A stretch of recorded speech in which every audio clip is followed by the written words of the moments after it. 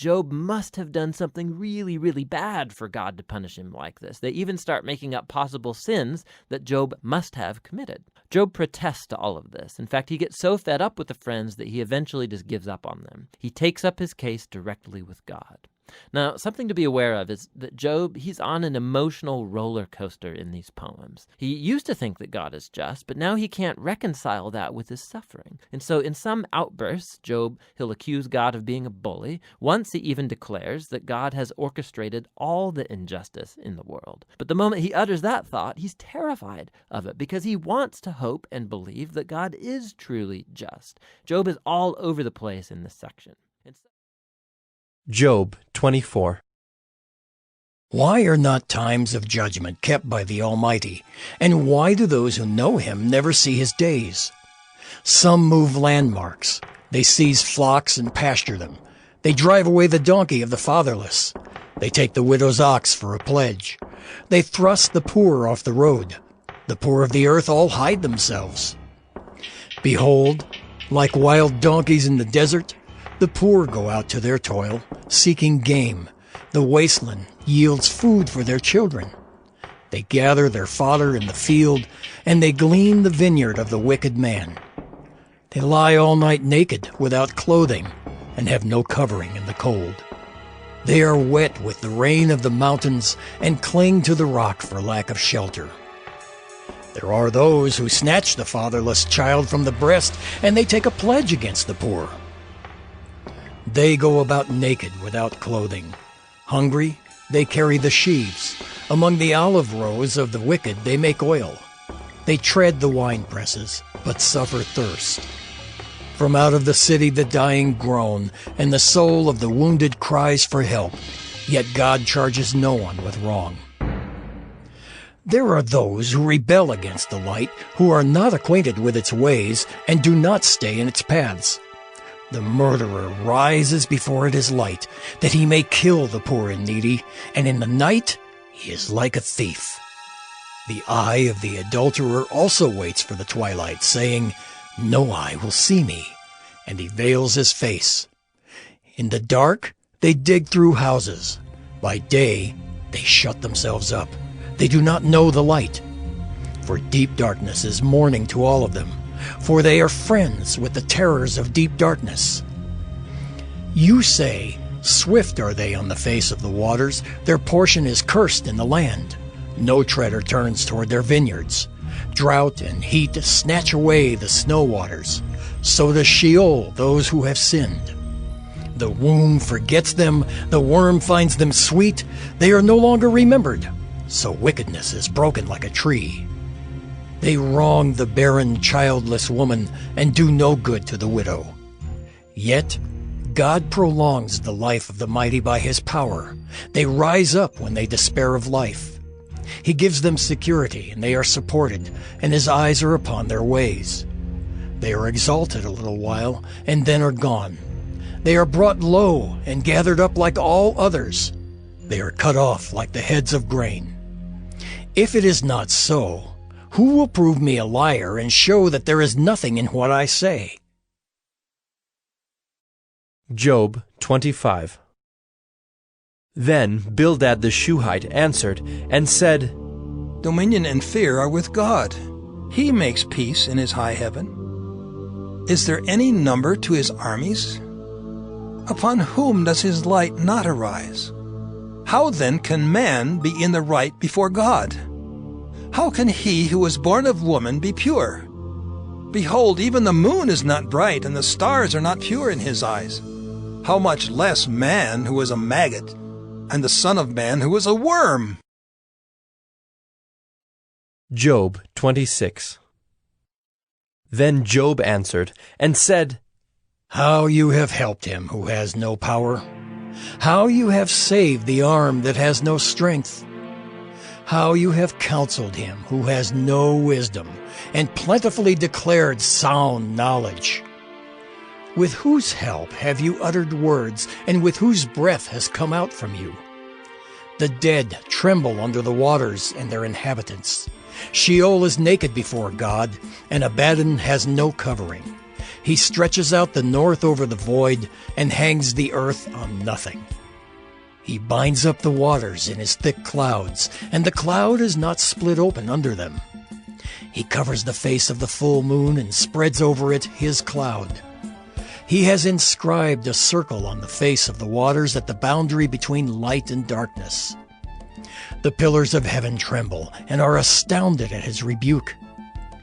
By his power he stilled the sea. By his understanding he shattered Rahab. By his wind the heavens were made fair. His hand pierced the fleeing serpent. Behold, these are but the outskirts of his ways, and how small a whisper do we hear of him. But the thunder of his power, who can understand? Job 27. And Job again took up his discourse, and said, As God lives, who has taken away my right, and the Almighty who has made my soul bitter? As long as my breath is in me, and the Spirit of God is in my nostrils, my lips will not speak falsehood, and my tongue will not utter deceit. Far be it from me to say that you are right. Till I die, I will not put away my integrity from me. I hold fast my righteousness, and will not let it go. My heart does not reproach me for any of my days. Let my enemy be as the wicked, and let him who rises up against me be as the unrighteous. For what is the hope of the godless when God cuts him off, when God takes away his life? Will God hear his cry when distress comes upon him? Will he take delight in the Almighty? Will he call upon God at all times? I will teach you concerning the hand of God. What is with the Almighty I will not conceal. Behold, all of you have seen it yourselves. Why then have you become altogether vain? This is the portion of a wicked man with God, and the heritage that oppressors receive from the Almighty. If his children are multiplied, it is for the sword, and his descendants have not enough bread. Those who survive him the pestilence buries, and his widows do not weep. Though he heap up silver like dust, and pile up clothing like clay, he may pile it up, but the righteous will wear it, and the innocent will divide the silver. He builds his house like a moth's, like a booth that a watchman makes. He goes to bed rich, but will do so no more. He opens his eyes, and his wealth is gone.